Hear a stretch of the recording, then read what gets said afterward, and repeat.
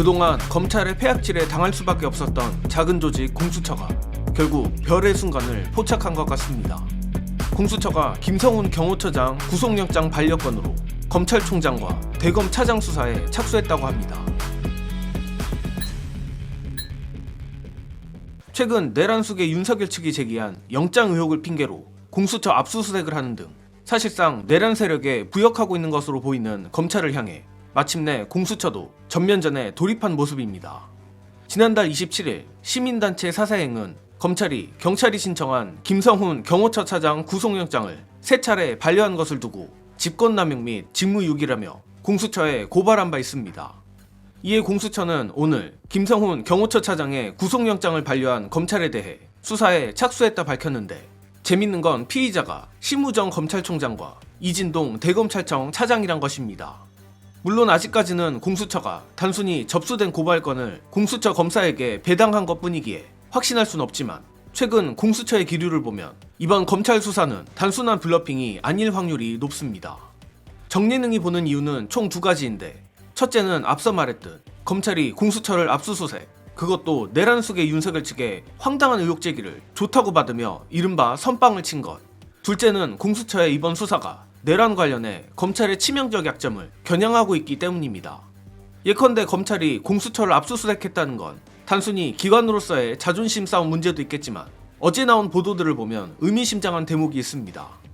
공수처는 어제 언론에 지난주 검찰의 압수수색으로 윤 대통령 쪽 변호인단이 주장하는 영장 의혹은 다 해소됐다고 판단했다라 말하면서도 압수수색이 아니라 기관 간 공문을 통해 사실관계를 확인할 수 있었던 것 아니냐는 물음에 공수처 내부에 그런 의견도 있는 건 사실이라는 재밌는 의견을 밝혔는데, 쉽게 말해 검찰이 그저 공문으로 끝낼 문제를 굳이 압수수색 쇼를 하며 일부러 망신을 줬다는 걸 돌려서 표현한 것입니다.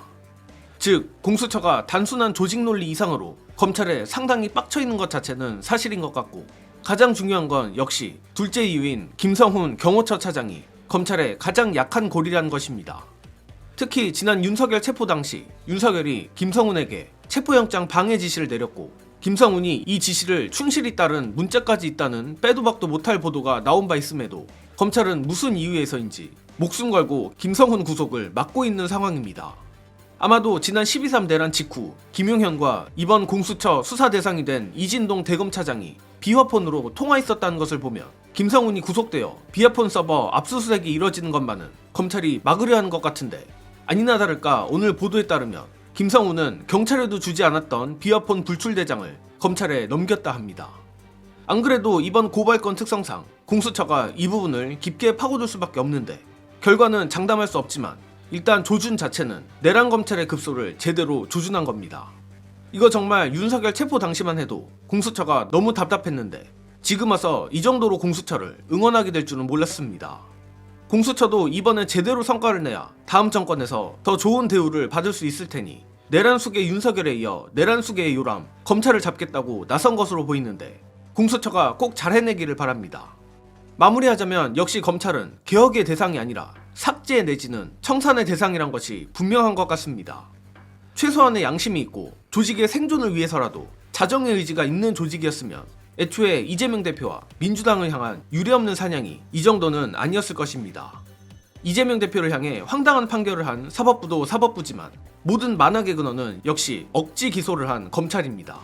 그런 의미에서 검찰이 이재명 대표를 향해 지금까지 벌인 유례없는 만행 안내드리며 이번 소식은 여기서 마치겠습니다. 시청해주신 여러분 감사합니다.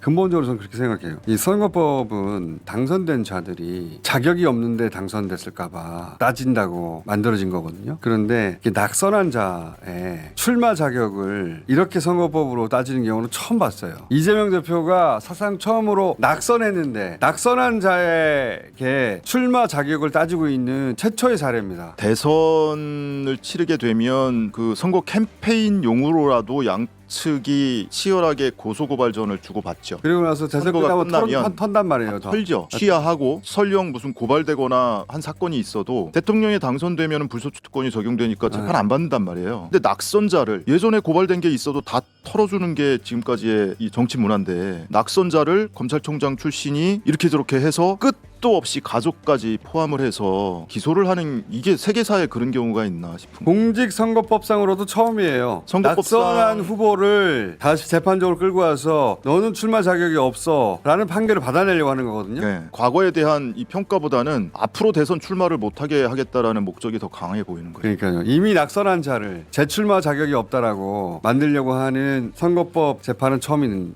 일입니다.